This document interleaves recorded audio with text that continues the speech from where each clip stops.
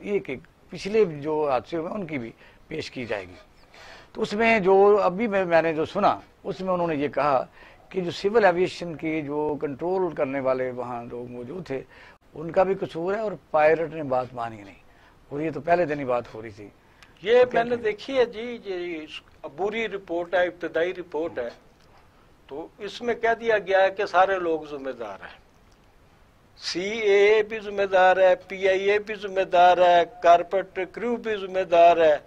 ہاں جی، پی آئی اے اور civil aviation کے جو طریقہ کار ہے اتھارٹی کے کام کرنے کا اس کو بھی ناکام قرار دے دیا گیا ہے، اور یہ بھی کہہ دیا گیا ہے کہ مکمل رپورٹ جو ہے اس کے آنے میں 1 سال کا عرصہ لگ سکتا ہے، 6 مہینے سے 1 سال تک یہ فکرہ بولا گیا ہے۔ تو اگر 1 سال بعد رپورٹ آنی ہے تو اس کا بھی اس بہت بڑے سانے کا جس میں 97 نالاقتیں ہوئی، تو میرے خیال میں اس کا نتیجہ بھی مجھے نکلتا ہوا نظر نہیں آتا۔ نہیں، جو لوگ جانوں سے غیر رزلٹ نکلنا کیا ہے، یعنی یا تو یہ ہے کہ میں تو کہتا ہوں کہ پی آئی اے جو پاکستان انٹرنیشنل ایئر لائن ہے یہ فلیگ ہے ہمارا، اور پھر پوری باتیں کیا کرنی ہے سارے ہمارے ناظرین کو پتا ہے اور آپ کو بھی پتا ہے کہ کئی ایئر لائن پاکستان نے بنائی، یعنی آپ نے ایمریٹس جو ہے یہ آپ نے جا کے وہاں اسٹیبلش کی تھی، کئی ملکوں میں جا کے کی، ایون دین کہ جس وقت پاکستانی صدر مملکت ایوب خان صاحب چائنا کا دورہ کرنا تھا تو وہاں ایسا ایئرپورٹ ہی نہیں تھا، دوبارہ اس کو ریوائز کیا گیا کہ تاکہ 747 پر پاکستان کا جو صدر ہے وہ جا کے اترے گا۔ یہ ایک دور ہمارا یہ بھی تابناک تھا۔ اب یہ ہے کہ پی آئی اے کے پاس سارے آگے پرانے جہاز موجود ہیں، اور یونین ایکٹیویٹی اتنی زیادہ ہے کہ میرا تو خیال ہے اس کے علاوہ کوئی چارہ کار نہیں۔ میاں نواز شریف نے کوشش کی تھی کہ پاکستان ایئر لائن بنائی جائے علیحدہ، اس کو چھوڑ دیا جائے، کیونکہ ظاہر ہے وہ ملازموں کو کوئی نکال ہی نہیں سکتا۔ لیکن حقائق جو ہے نا وہ یہ ہے کہ جتنی بھی حکومتیں پاکستان میں آتی رہیں، میں غیر منتخب حکومتوں کی بات نہیں کروں گا، وہ تو پتہ نہیں کیا کیا کرتے رہتے ہیں، لیکن بدقسمتی سے جو جمہوری حکومتیں مارز وجود میں آتی رہیں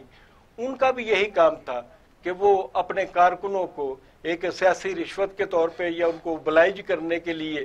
جی پاکستان سٹیل مل میں نوکریاں دیتی جاتے تھے، اور دوسرا ادارہ پی آئی اے ہوتا تھا، یہاں پر بے تحاشا نوکریاں دی جاتی تھی۔ پیپل پارٹی نے 10 سال کے بعد ان کو باقاعدہ ری انسٹیٹ کیا، بیک بینیفٹس دیے، پی آئی اے بیٹھ گیا۔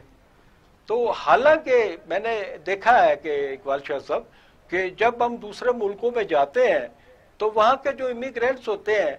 وہ چاہے جتنی مرضی ان کو ایمرجنسی ہو پاکستان جانے کی، وہ دوسری ایئر لائن کا ٹکٹ نہیں لیتے۔ ان کی ہر پاکستانی کی امیگرینٹ کی یہ خواہش ہوتی ہے کہ میں پی آئی اے میں جاؤں، اپنے وطن عزیز کی ایئر لائن پہ جاؤں اور اس کو فائدہ پہنچے گا۔